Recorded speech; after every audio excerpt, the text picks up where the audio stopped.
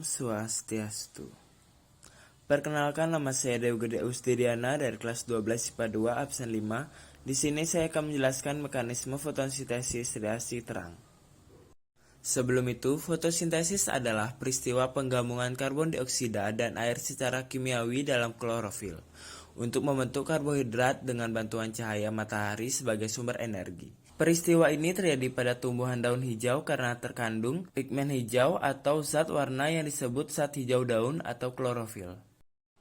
Reaksi terang atau reaksi Hill yang terjadi di gerhana untuk menghasilkan ATP, NADPH2, dan O2.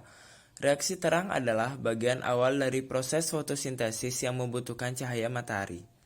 Reaksi ini disebut juga reaksi Hill atau transfer elektron. Reaksi ini membutuhkan molekul air dan cahaya matahari. Hasil dari reaksi terang yaitu energi ATP dan NADPH2 yang digunakan untuk reaksi gelap. Fotofosforilasi siklik biasanya terjadi pada organisme yang hanya memiliki fotosistem satu saja.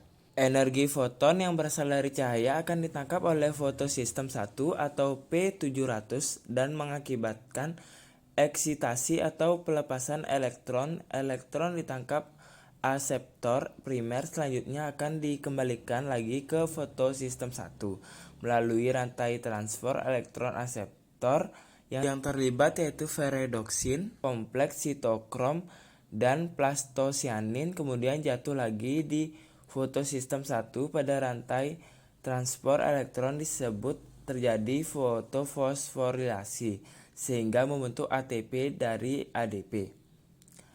Karena elektronnya kembali lagi ke fotosistem 1, maka tidak terjadi foliasi air sehingga dalam fotofosforilasi siklik ini tidak dihasilkan oksigen dan NADPH2. Energi foton yang berasal dari cahaya akan diserap oleh fotosistem 2 atau P680, khususnya cahaya merah, biru, dan nila. Selanjutnya, energi foton tersebut akan memacu fotosistem 2 untuk melepaskan elektron, kemudian elektron tersebut akan ditangkap oleh aseptor primer. Proses pelepasan elektron ini disebut fotoeksitasi karena melibatkan cahaya. Akibat eksitasi elektron ini, fotosistem 2 mengalami kekosongan elektron. Untuk mengisi kekosongan ini, maka terjadi fotolisis atau pemecahan molekul air yang diubah menjadi hidrogen, oksigen, dan elektron.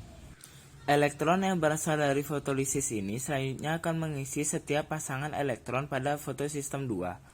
Oksigen yang dihasilkan dari fotolisis air tadi akan dilepaskan ke udara sebagai hasil dari fotosintesis dan digunakan untuk respirasi, sedangkan hidrogen yang berasal dari fotolisis akan bereaksi dengan untuk membentuk NADPH.